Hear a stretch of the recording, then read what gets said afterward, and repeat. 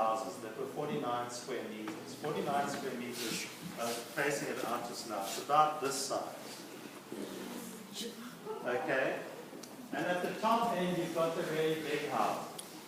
399, 400 square meters, which is about 20 by 20, which is probably as big as the hall. And then what the vertical tells you is how many people had houses like that. And so the very long bar, the very tall bar, is actually the average house. It's called the mode. So it's the most typical house. The most typical house was 49 square meters, which is this size. The average person had a house this size. And most people were poor. You can see all the houses at the bottom there, really small, and not many people were. So they were racist, they were corrupt, they had a crime problem, and they had a very unequal distribution of wealth. Which leads to the question, who got wealthy? So we can look at the floor plan of a village. So this is now looking down on a village. And we can see two big houses there. There's one of them, and there's the other one. And the two big houses belong to, the one was a general. Generals got wealthy. And the other big house was a sculptor, an artist. Artists got wealthy. The wealthiest people in Egypt, apart from the pharaohs, were the generals and the artists. And there was a third group of people who got very wealthy. People who could write. People who could write. So, there we go, the wealthy people in Egypt. If you wanted to be wealthy in Egypt, not business people, blah, blah, blah. You had to be either a general or a really good artist, or you needed to be able to write. Now, I don't come here to give you moral lessons or lessons in how to get on in life. But the one thing I hope you learn from this is that without education, you will not get wealth. Back in those days, people could not read or write. Being able to write was an incredibly rare skill. And so wealthy people who could write got wealthy. More. This is a temple in Egypt. In the 4th dynasty, that's the floor plan of the temple. 200 years later, this is what it looked like. What does that tell you? I'll tell you what it tells you. They had a squatter problem. They couldn't build enough houses for all the people. And so people, wherever there was a structure that wasn't being used, and in this case it was a temple, and the temple fell into disuse because people lost interest in that part. So there was a structure with a roof and big strong walls and so on, and poor people moved in and built their own little houses. They had a squatter problem. Nothing's new when you look at history properly. There are all the little shacks built in the middle of the temple grounds. So we think of this as a very stable, slow-moving, old, huge, very successful country. It was incredibly successful, and I'll talk about why as well in a second. But it wasn't stable, it wasn't any different to us today. And in fact, most of us, most of you here, are better off than any of them were. Better off than any of them. The last thing I wanted to look at was the kings and queens themselves. So, Egypt, the Egyptian Empire lasted, if you look at the top there, 5,300 BC. That's kind of when it started. And we go all the way down to 343 BC. But the main period of the empire was from about 3,000 down to 3,400, which means that it lasted for 2,700 years. How long did the British Empire last? 300 years. There has been no empire that lasted this long in history, and I don't think there ever will be. another empire like this. It doesn't matter what empire you look at. No empire was able to last for 2,700 years. But what's quite interesting is when you have a look at how many kings and queens they have. And I don't know why you can't see that. Oh, wait, go back here. The dynasties are like the kings and queens. So a dynasty is a family in charge of Egypt. Okay, that's a dynasty.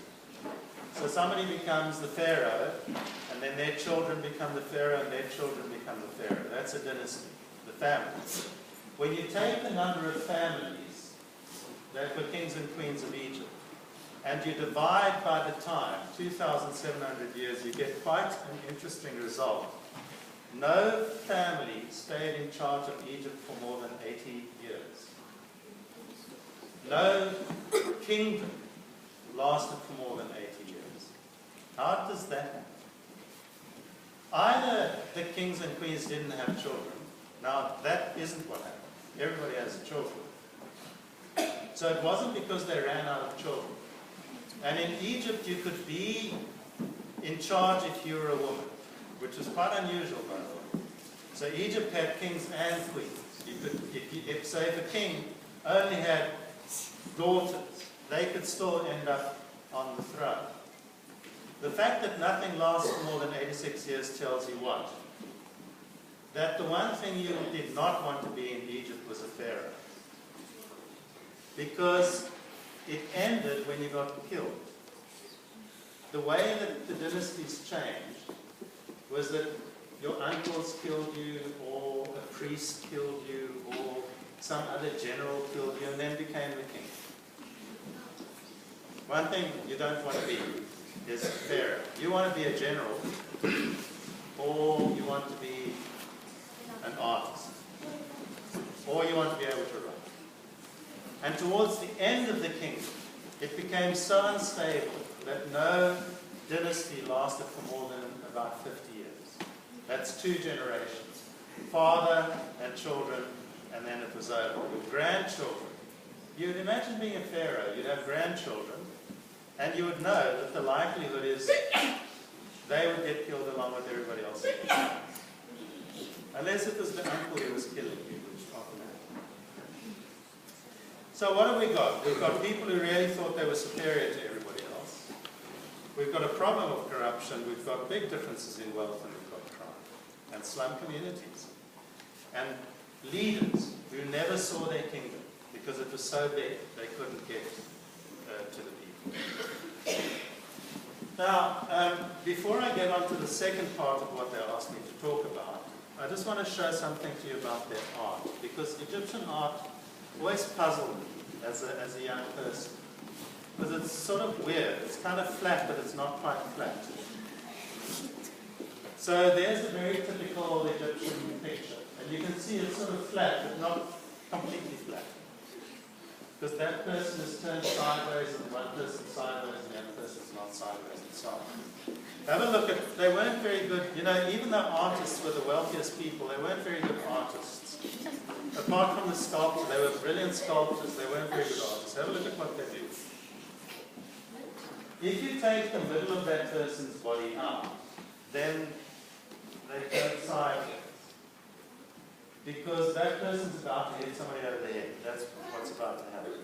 And so they have to be sideways. But if you look at the middle of the body, they're facing frontwards. They couldn't do it. They couldn't draw people in perspective, and that's why their art looks so weird. There it is. They believed very strongly in an afterlife.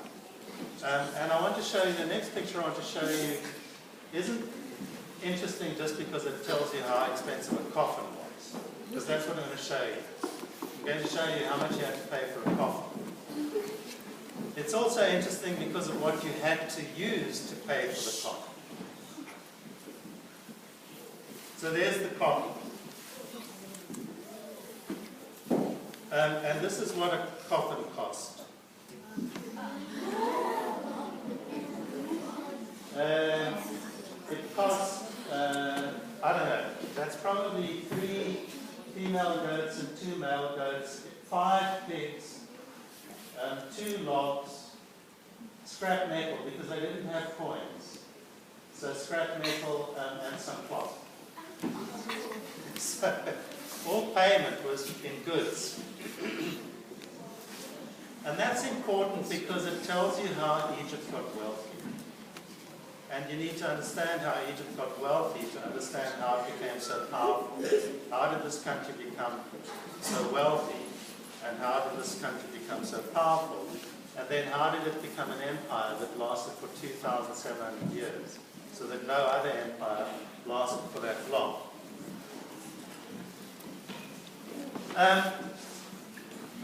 I thought I'd use the example of Mr. Lewandow's office. How many of you have had to go into his office? Most of you. I hope it was because for not some bad reason. Okay. Hands down. Somebody? Do you have a question? Okay. So, one of the things that if you ever become a powerful person yourself, which is the second part of what I want to talk about. If you ever become a powerful person yourself, there are devices that you can use, tricks that you can use to intimidate people so that they don't stand up to you. One of them is, to be a bit taller. So, because big people are intimidating when it comes to small people. Maybe that's why you're all small when you're children, so that we can intimidate you as parents. But there are other things that you can do as well. And one of the most important things you can do is to have a bigger building than everybody else. And to have a bigger office than everybody else. And so these massive monuments that you see in Egypt, one of the really important reasons they built them, so that when visitors came, they were intimidated. That's why Herodotus, who was a Greek, he visited Egypt and he looked around and he just said, this is absolutely amazing. And the conclusion he came to was, these people are unbelievable. They can build these absolutely unbelievable things. If they can do this, I better not go to war with them because I will lose.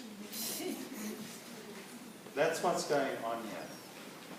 It's a demonstration of how big and powerful and successful they are, so that when people visit, they go back and they say, don't try to invade Egypt. You're not going to win. This is the temple at Luxor again, an incredible building. But there's another thing that happens on this building. I haven't got a point here. Have a look here. Imagine you were a king from some other country. Imagine you came from Israel was part of Egypt.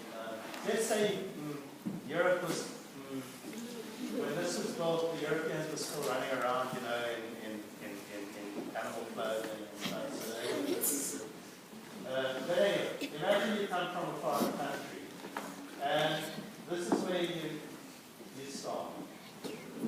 And the Pharaoh is right at the back. And every step you take, they're like, I don't know how far this is, 400 meters, I don't know. I should have found out before. Every single step that you take on your way to visit the Pharaoh, you have soldiers on both sides.